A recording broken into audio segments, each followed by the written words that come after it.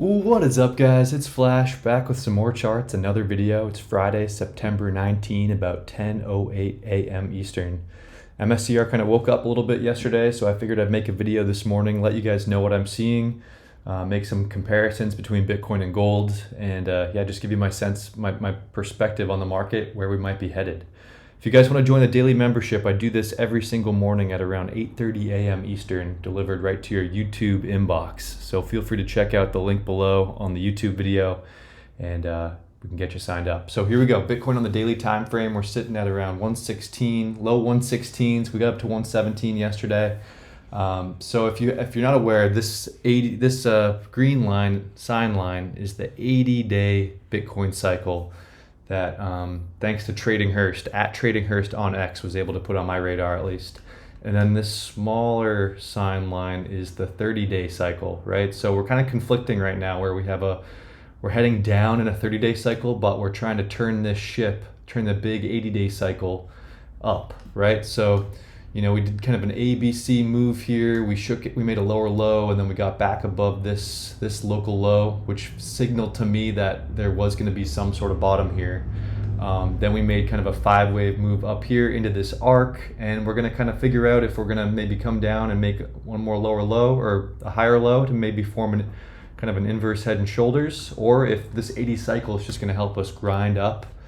Ultimately, I think once these two cycles kind of sync up and go hand in hand, that's when we're going to get a powerful move here into mid-October, and then hopefully this 80-day cycle will carry us to maybe 150K-ish in November. That's ultimately what I'm looking for. When we throw in the 30-day moving average in the Ichimoku cloud here on the daily, we're above the Ichimoku cloud. We're above a 30-day moving average that's starting to turn up, which is really good to see. And looks like we're kind of just consolidating, retesting, similar to as we did back here in this local 80 cycle low, and then similar to what we did back here in April with the tariffs. We kind of got above the 30-day moving average, consolidated a bit, and I think we'll eventually move higher. I also like to look at the DMARC indicators. So we printed the 7 here locally, which could be a local high, but again, given that where the cycles are at, I think we have higher to go. But this is just another, indicator that I like to layer onto price action every single day to see where we are at. Now, Bitcoin measured in gold. Now, this has become a super important ratio for me to look at, because ultimately we want Bitcoin to be outperforming gold, outperforming another hard, sound asset, right? I think Bitcoin is the king here, right? But we need to see that displayed in the price action, and gold has been super strong over the past couple months. It was consolidating for the past couple years, and I think it's continuing to break out. So I covered gold a little bit more in-depthly on that daily video. But again, we're at the bottom of this 80-day cycle, and kind of, head and shoulders kind of look here, right? It's a tough ratio to do technical analysis on, but again, I think if we can, form a low here and go higher, we're going to see a lot of our favorite stocks go up, including MSTR. Now, I also cover the M2 overlay.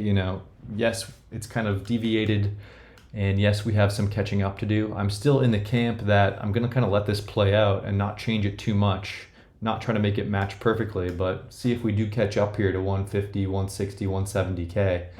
By November. I do think it's possible. Now, I also like to overlay the price of gold pushed forward by 181 days. You can see it's a stronger correlation here. And the M2 and the gold really do line up nicely here. Like it's kind of a thing of beauty. And, I think Bitcoin is playing catch up. So we'll see. Now, I also look at the command center. So there's a couple different indicators on here. We've got our blue line, which is kind of a detailed RSI. It's really the distance percent away from the 200-day moving average, but it helps us identify, local tops, local bottoms, energy buildups, if you will, which I'll get to in a second. The middle here, we have our ADX here. I go into, the implications of this indicator on the daily video, which my members are aware of. And then here we have the orange line, which is the rate of change for the M2. We have the year-over-year rate of change for the M2, and then gold here, we have the rate of change of gold pushed forward by about 180 days to go hand in hand with that offset. the idea here is that these, in addition to those overlays, we have the energy, we have a forward-looking indicator for the energy. What are the rate of changes doing of the M2 of gold, so that we can kind of see, okay, are we consolidating? Are we going into a breakout period? Are we maybe breaking below this zero line where we could expect negative price action? So there's a lot that goes into it, guys. But again, I'm just trying to get an edge to see, okay, we want to be skating where the puck is going, right? So here's what I'm talking about with that rate of change, or with the energy indicator that I call it, right? So you can see here, like, there was a big energy buildup and we broke out to the upside. This was kind of when Bitcoin was bottoming back around 15 to 20,000, right? But you could see it here in the energy. And then we made a nice little run up here into, March of 2024, and the energy kind of broke down, right? But it didn't really break down a price action. It just kind of told us that this had lost steam and we're either going to break down or go sideways.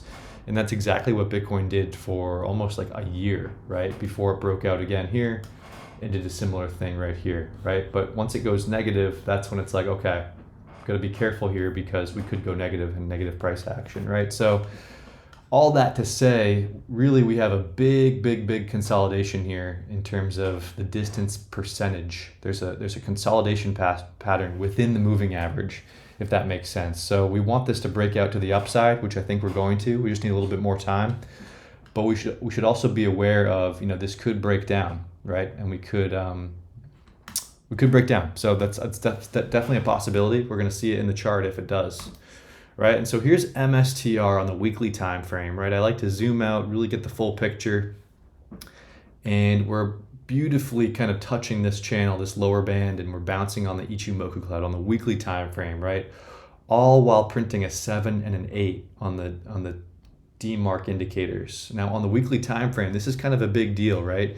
We haven't printed a 7 and 8. We printed a 7 back here in March and April, but the last time we printed a 7 and 8 on the weekly TD sequential DMARC indicators was back here, like very low, which meant we had positive price action coming. So, again, guys, this isn't an end-all be-all indicator, but it's just good to have confluence here where I think we're at a bottom, and this is kind of saying we're at a bottom. And especially if Bitcoin can continue to run, I think MSTR will go up with it, right?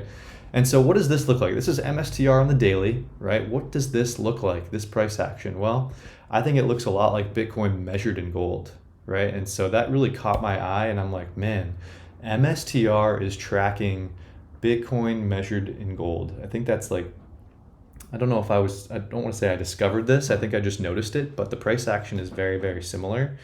And at the end of the day, I think we just want, gold has been so strong recently. That's why, this MSTR has kind of just gone sideways and fluctuated and gone down even. So, this is what I'm looking at on a daily basis. This is what I bring to my membership. Bitcoin measured in gold on the 12-hour time frame. I think it's a great time frame to look at.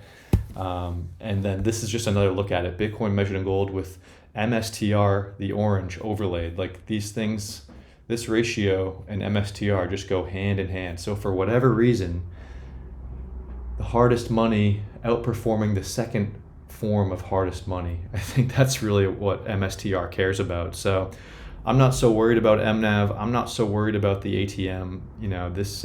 This ratio has presented itself to me that I think this is what we need to follow, right? So here we're just zooming in on MSTR, again, looking under the hood on our energy indicator. We're just about to get back above the 200-day moving average. That's what this indicator is presenting. The ADX, the green, is starting to get above the red, and that looks like the bulls are gaining control here. So now MSTR measured in Bitcoin, this is on the weekly time frame. Again, we like to zoom out, and if we zoom in, there was this clear resistance line that yesterday we got above it finally, right? That was a long kind of slog down that took, the majority of the summer, honestly. We've just been going down against Bitcoin. Now we'll see if we can kind of turn this ship and start outperforming it, right? But again, we're gonna think about Bitcoin measured in gold. That's really what we want to root for here. Now, MSTR measured in Bitcoin on the 12-hour, again, we had this beach ball being held underwater look, and we've seen that before, right?